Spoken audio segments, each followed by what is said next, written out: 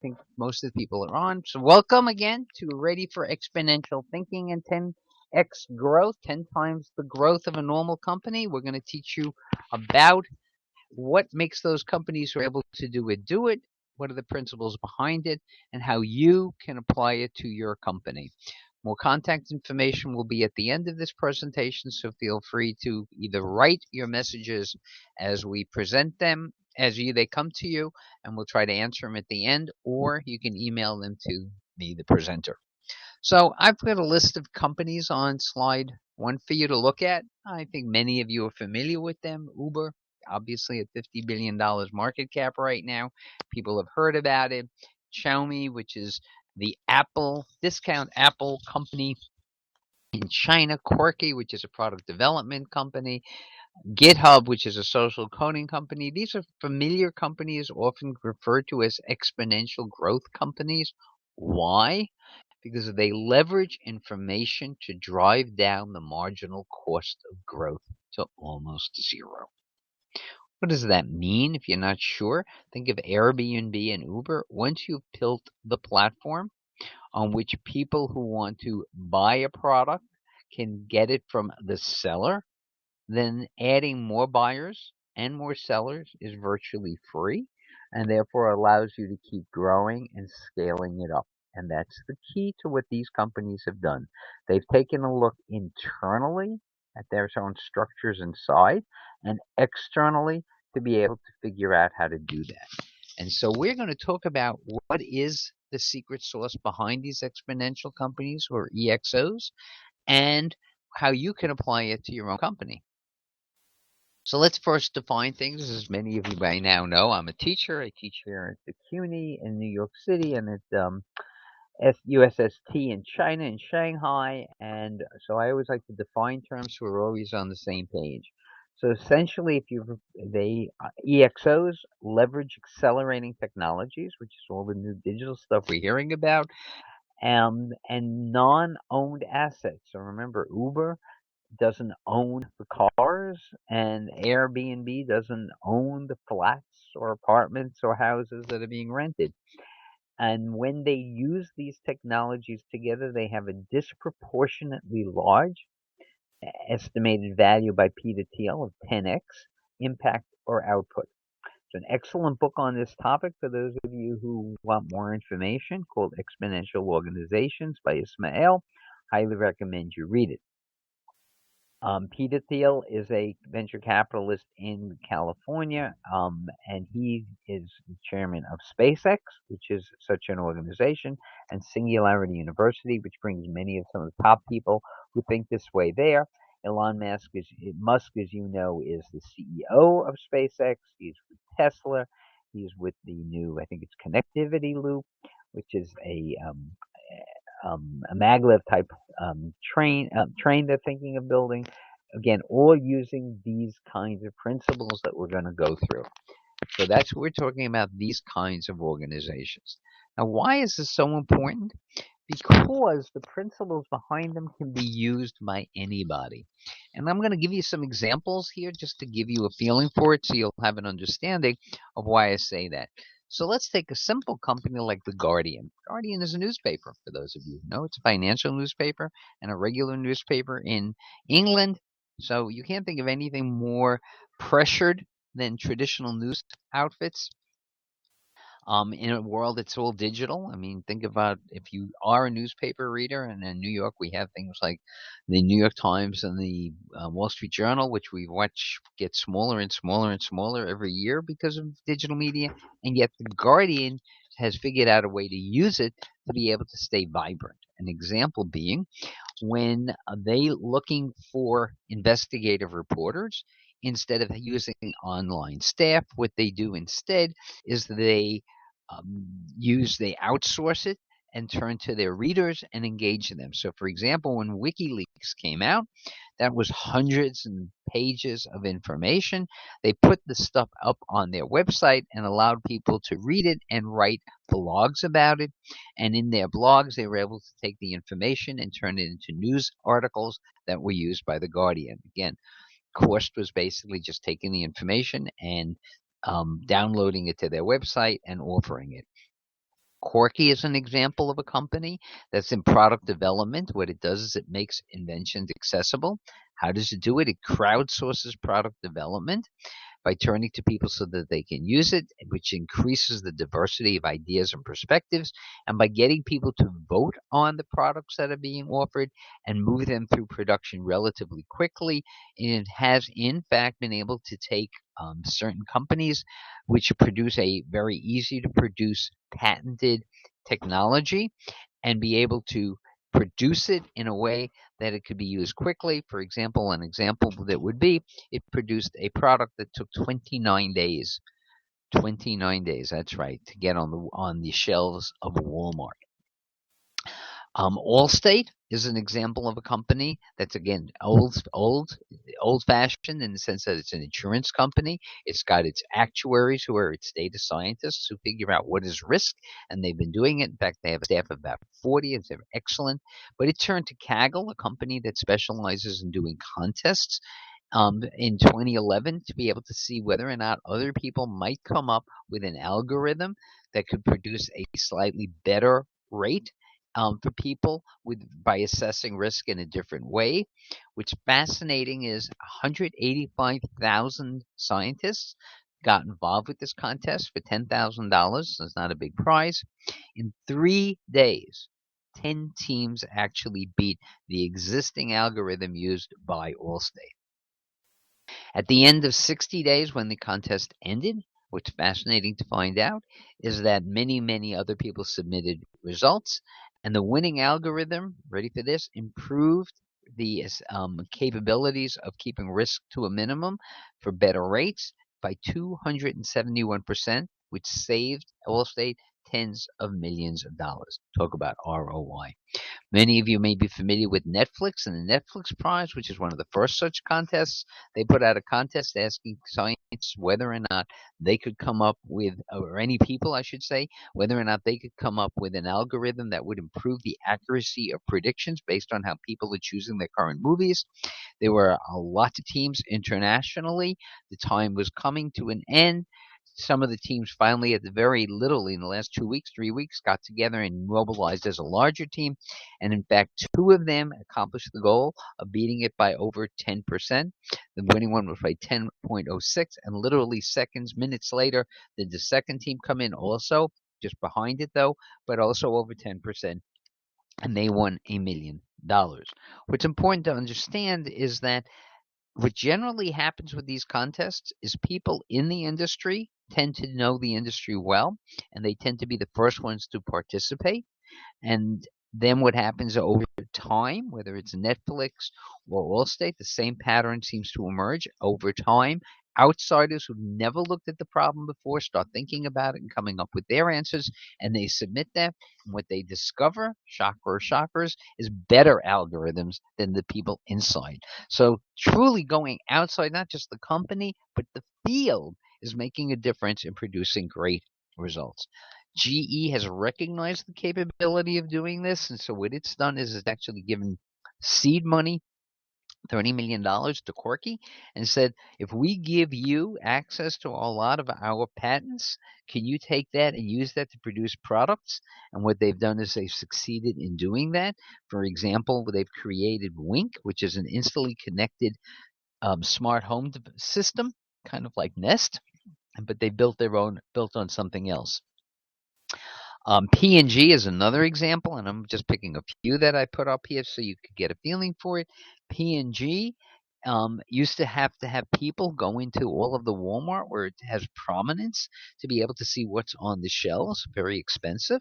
They figured out a way using gig work to get roughly 500,000 smartphone workers to check the products in Walmart, because these are not dedicated. They're just normal people who by through gig work are encouraged to go ahead and look at the shelves and report on what they see, take pictures if necessary, and upload them so they can do that. Kaggle, by the way, I've mentioned before, it runs many of these tests. Alaska Airlines is an example of a company that came to them for a new algorithm on how to predict arrivals of planes better.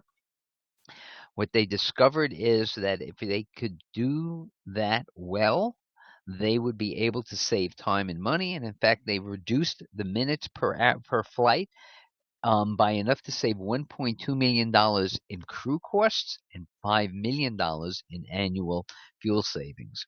Similarly, Hire, which is an old established brand, brought in a new leader who said we need to be better at what we do.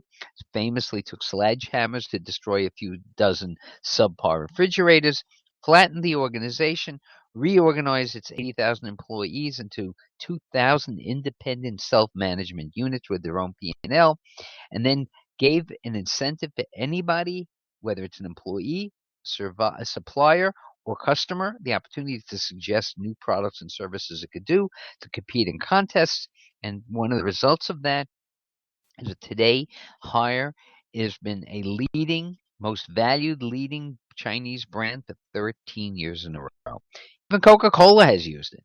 Okay, they've used it from the point of being a lean startup, figuring out how to spur innovation and the supply chain, focusing on new development and sustainability, as it's critical throughout the world. And they've been able to actually increase sustainability contribution by over 20%. So as you can see, all the companies, whether you're new or old, doesn't matter what your size is, can adopt the principles of EXOs to be able to make a big difference. I thought just to give you an idea of just how productive these companies can be, I would give you some examples. And so here are a few. And you can see just what's the impact of it. Airbnb's having 90% more listings per employee.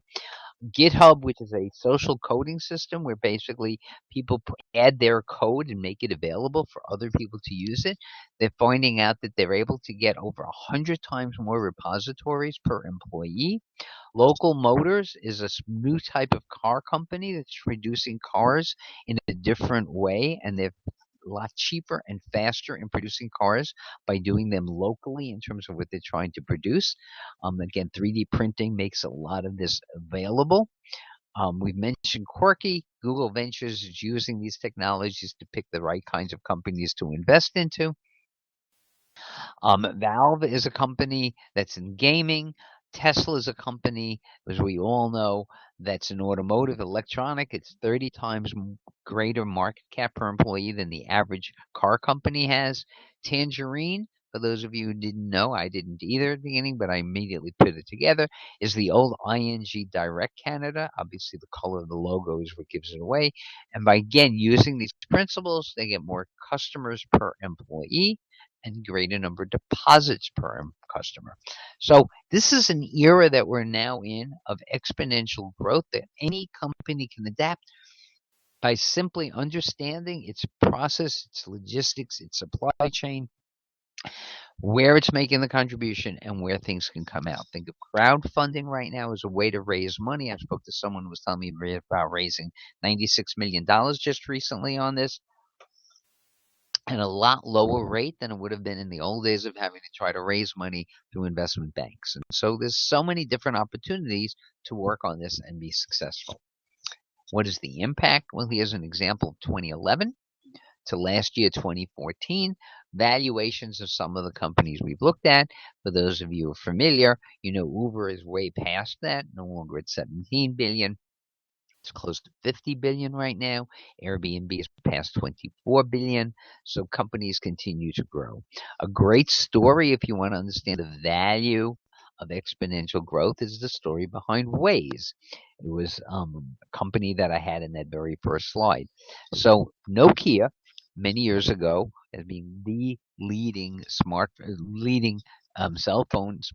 system out there, decided it needed to provide a kind of GPS service so it could help people plan their traffic. And what it did is it invested in buying a company that would be able to have that had sensors actually in the road. And by keeping them updated and upgraded, it would provide the information on cars that were passing over it. That information was being used to be able to help people understand what their traffic jams would be. In about 2011, group of Israelis created a company called Waze, where they realized you could get similar information about problems with traffic jams, not by the cars going in, but by people's experiences driving, and smartphones with GPS now had that capability. So they tapped into millions of different people's smartphones, aggregated data, put it together, and within 3 years became the single most popular use for people to figure out traffic and traffic capabilities and traffic jams and mapping out alternative routes, etc. And what's fascinating about it is this was a new startup that in 3 years had greater value than the other company that was bought originally, as I mentioned, by Nokia. And eventually Nokia spun it off. In fact, they just recently sold that other company for a couple $1 million only to I believe it's BMW and a couple other automobile companies that are going to try to use it.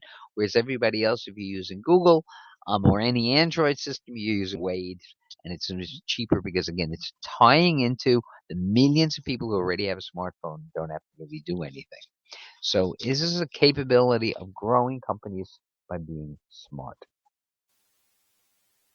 So the real question, ladies and gentlemen, is are you ready to stop following the linear path of adding one more person and one more person and one more person to what you're doing and step back and think through the question, how can I grab an exponential growth? I'll give you a perfect example. This morning I'm meeting with a group of CEOs. As you know, I do CEO coaching as well as through commanding strategies. We facilitate advances with senior teams to be able to produce the kind of results that we're looking for. And they were telling me the story about how the company has grown very nicely and scaled, and as they need more people to take orders, they need more people to enter the information into the system. And finally, one of them about 6 months ago said, well, why can't we write some algorithms that automatically take data that's coming in with the orders and put it straight into their computer accounting system? And someone asked him, could you justify doing it? And he sat there for a few minutes and looked, and he turned back and said, we probably can reduce our counting payroll by about one person right off the bat. At which point, obviously, this is something they did. So again, it's changing the economy because it's allowing companies to be much more efficient and effective.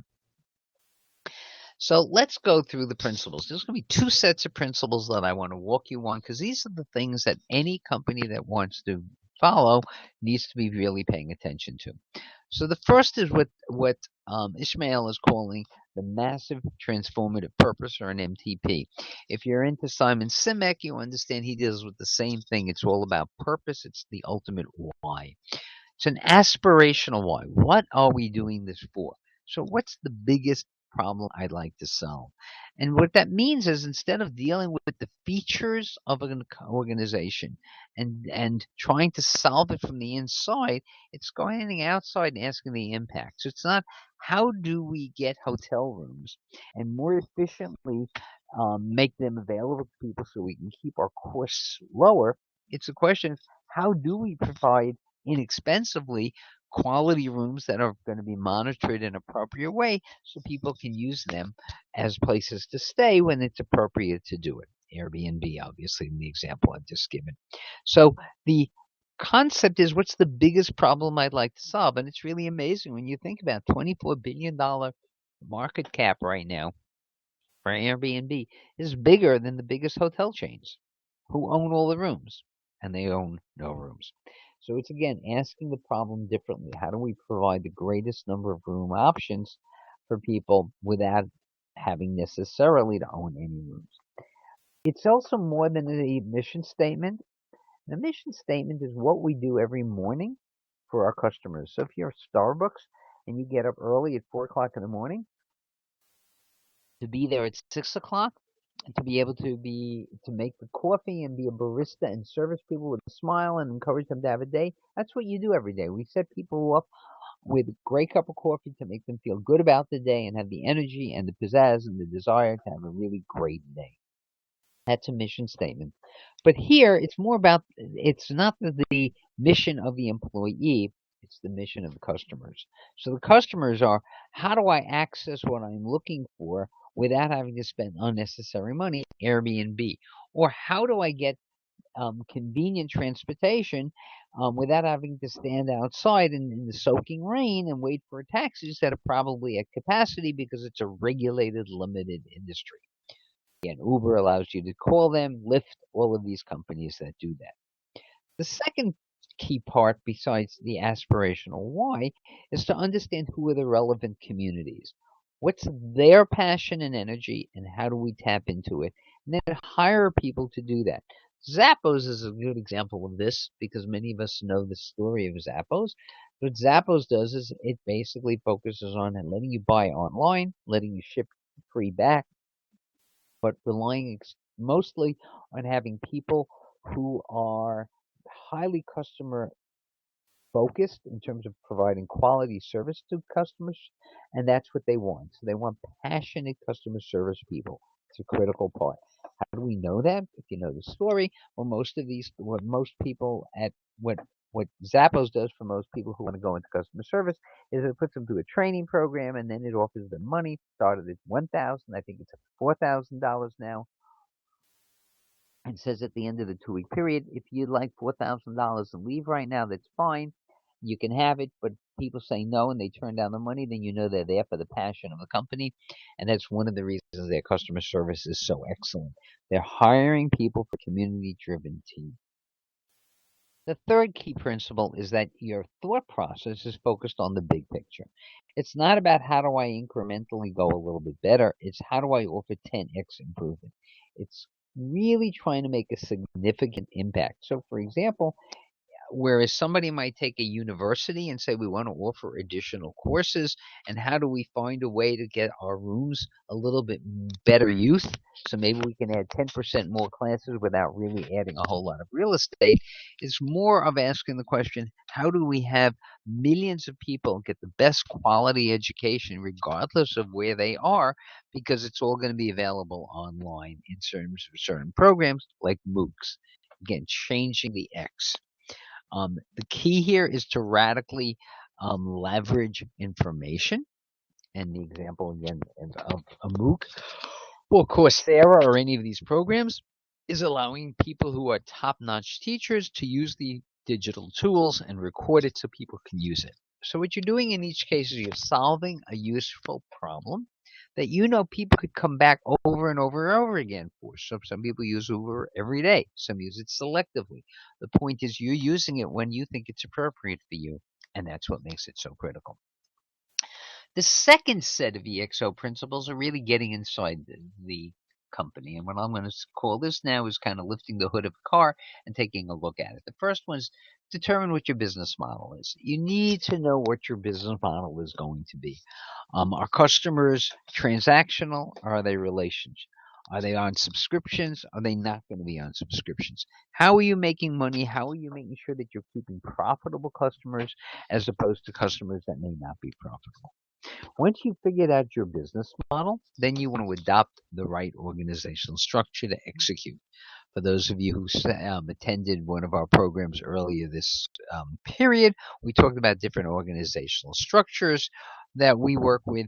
One of them is the classic functional one by professional or service area. The second one is small business unit, which might be by product or service or geography. The third one that people have begun using is what's called the network model, which is this affiliation of people, especially in the global economy, where they're working together as a mass network. And the most recent one that's come out from General McChrystal is really for the higher level network people, what we call the network of teams. And what it is it's teams within the networks that make the difference because this way they can support each other. So the right organizational structure will make the difference. I left out, I'm sorry, I just realized it, matrix management, which is what NASA used to be able to accomplish Kennedy's goal of sending a man to the moon and returning him safely by the end of the decade in the 1960s. We did it in 1969. The third part is to figure out how do you acquire your customers? What is your customer acquisition model? And that's really the question of how to convert visitors into users and then paying customers. So again, the first part might be you're using a freemium model to be able to get people to who are there to start using you, and then offering them additional services that they might really want so that they can move forward. Again, You need to go through these things to be able to build the critical part. And then finally, there's a bunch of attributes that really appertain to both. And the author Ishmael uses these two acronyms, scale and ideas. So I'm going to go through them with you so you can see what they are. One of which is internally focused on the company, and one of them is external. So let's deal with the external first. The first part is the word scale, so that's your shorthand for remembering it. Is one is you're using staff on demand. So again, what you're doing in a case like this is you're not hiring a lot of workers and worrying about whether or not you really need to use them productively or not. What you're doing instead is you're hiring people as needed, whether it's full-time work, part-time work, or as other companies using them as through a network effect where you're bringing in people in different ways. So it's staff on demand. And for most of you who are in what I call futuristic companies, meaning the future being the 21st century of where we are right now, you're realizing staff on demand is the way to scale up and control costs at the same time. Second, community and crowd. It could be a community or crowd sourcing for ideas or for funding. There are companies that specialize in doing that. Blue does it for shoe design. Threadless does it for T-shirts. A whole approach of going outside, turning to your customers or your investors and saying, share ideas with us and we can grow. In fact, when Mr. Lapley took over P&G on the second time around, company's R&D department, it was not very effective, and he needed to change that. Very few new ideas were coming out, and even fewer were succeeding. He then opened it up. Again, he kind of crowdsourced or community sourced with more development companies. Products gave him an incentive to work with them, and his R&D success rate went up to 50% from roughly 20. So it's a major accomplishment he did, and it was a big difference in why the stock went up that year and in subsequent years. The third part's using things like algorithms, like in the contests that I mentioned in the very beginning, that are very often won not by the experts, but by the non-experts, because they're challenging assumptions and seeing things differently and working them out that way. The fourth is leveraging your assets. So, for example, in a case like Uber, as you well know, what you can do is not just engage people and separately cars. You bring in your asset is your group of people who are interested in driving their own cars. So you're leveraging the people and their cars, and you're able to bring them in and produce this. So it's an example of a good place to do it. And finally, engaging. Engagement goes both at the customer level and at the staff level, making sure that people feel they're in control of their life. So the new organizational models turn much more power, less to the individuals and to teams as opposed to a centralized decision maker. And the rating system allows people to make a decision whether they like their services or not. Things Zayats and all the other companies, Netflix, um, and Amazon, which allow people to rate things, and those ratings allow people to help themselves figure out what's happening. A great example of how this could be used is Xiaomi. As I said, it's the discount Chinese Apple company that's trying to compete with Apple over there at a much lower rate. It doesn't offer the customer service through any kind of centralized staff. Instead, people within the community volunteer their time to answer people's questions. Again, it's an example, therefore, of how they can save money and get expertise. From an internal point of view, and again, if you're building a company from a strategic point of view, you always have to deal with external and internal. It's making it easy for people internally to do what they have to do in their company. So one is creating really easy to use and accessible interfaces. So it's postings. It's using different kinds of software to communicate with one another within the company that are going to make a big difference. It's using dashboards of ways that executives can make decisions about how well they're doing based on the initial leading indicators they started with and following those metrics to see how well they're accomplishing what they're trying to do. Critical is this change in philosophy from we give you some chance to become innovative, and if you fail, we clobber you, to one of The goal of innovation is to take risks, try new things out that make sense, and reward people whether they succeed or fail. In other words, experimenting. Keeping it small and easy through lean startups is a great part of that. And also learning that when you do something, you test it. So very often you've heard of MVP, minimum viable product. There's a way companies now build a lot of what they do. It's not a perfect solution when they first introduce it. Instead, what they're doing is introducing things based on what they first had and getting crowdsourced input to figure out how to improve it before the final release gets done. Autonomy, again, is not centralization, command, control, decision making, but rather you're encouraging people to be able to make their own decisions without having to ask for permission. The key to General Crystal's new model of network teams, as we call it, is the whole fact that people don't have to go back to 3 levels above in the Army to make a decision because you're sitting there in a war zone. You can make your own decisions and do it. And the final part is social, and that's connecting with other people. Again, our whole Facebook world has moved into this social communication system. Connecting, collaborating, building trust is a critical part of what all of us have to do if we're going to have run a successful company. And that's why these are major attributes of what companies have to produce EXOs. And there are an additional 5 principles I want to mention. So on slide 3 here, I've got them. So once you've figured out how to build the structure that we just described internally and externally, you need to build a corporate culture that rewards performance. For those of you who attended our Commanding Strategies program that we did a couple of weeks ago, or actually, I correct you, next week we're doing it. So if you haven't done it, come back next week when we talk about sustainable competitive advantage.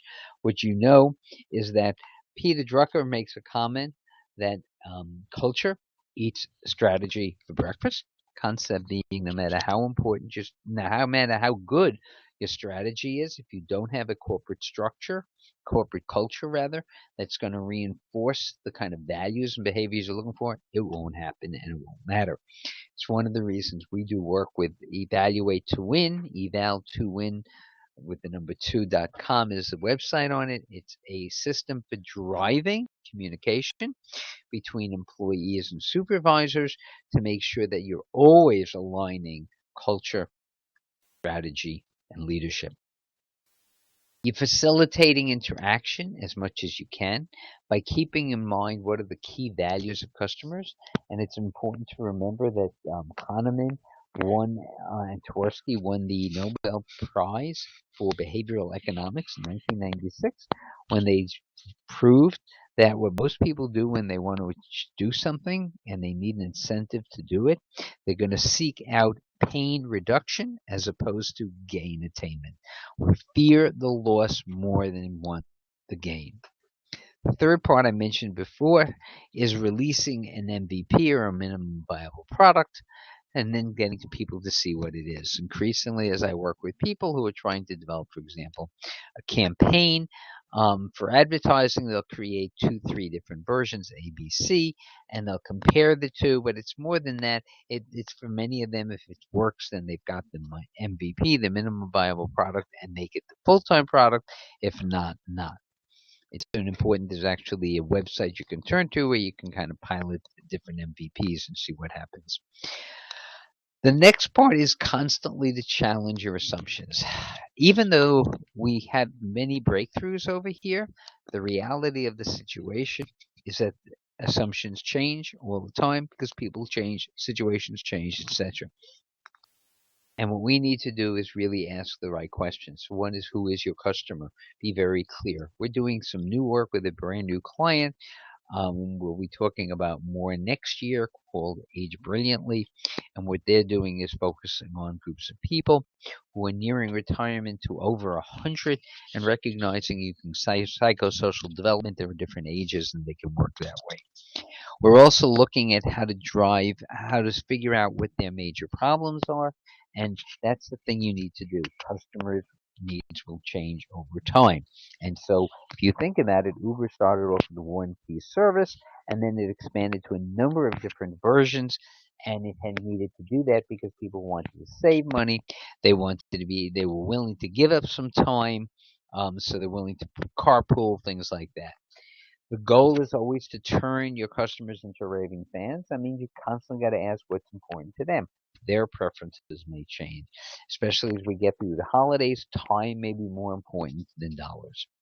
And finally, you want to constantly have a model that's going to allow you to keep growing your ability to serve more and more people without adding additional expense. Again, that's the value of a great platform, and that's what most of these companies have done.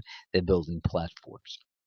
And so that's what you want to try to do, produce a platform where you can provide more and more service to more and more people without adding additional expense. So the real question, ladies and gentlemen, is are you ready for EXO thinking? It's completely different than the way we've worked. Now, I've gone through a number of different characteristics, attributes that companies can use. And the good news I want to share with you is if you've gone through your own company and you go, well, we could do this, but we can't do that. We can do this, but we can't do that. Not every business can leverage all of them. Okay. And so what you really needed to do is analyze them and say, what's the minimum number that seems to work for a company to move from the classic old world to the new world? And the answer seems to be about 4 plus number of attributes. So it might be making sure you have an MTP, master transformative purpose, but then throwing in new algorithms or whatever else is going to do it. The key is to ask the questions, which ones can we adopt to move from linear to exponential thinking? Because remember, that's what our goal is, not just to be faster, smaller, cheaper, or better, but to do it as much as we can, etc. And so for you, as you leave today's presentation, our goal is for you to start this conversation right now with your colleagues, whether you're CEOs, working with your senior executive staff, or you're in a particular department, whether it's sales, production, partnerships, whatever, and ask the question, how do we harness the power of exponential thinking? And as you go through those questions and you have more ideas that you need some help on, feel free to give us a call. Commanding Strategies, as I mentioned, is part of the Presentation Excellence Group. We focus on working on workshops and training programs. We run what are called strategic advances for leaders. We do not believe management should ever think about retreating, so we don't call them management retreats. We focus on the positive advance and how do you figure out what to do and how to do it. And that's one of the things that we do. You can go to the website and learn more about us to help you. With that, I want to thank you very much for attending today's presentation. And I want to remind everybody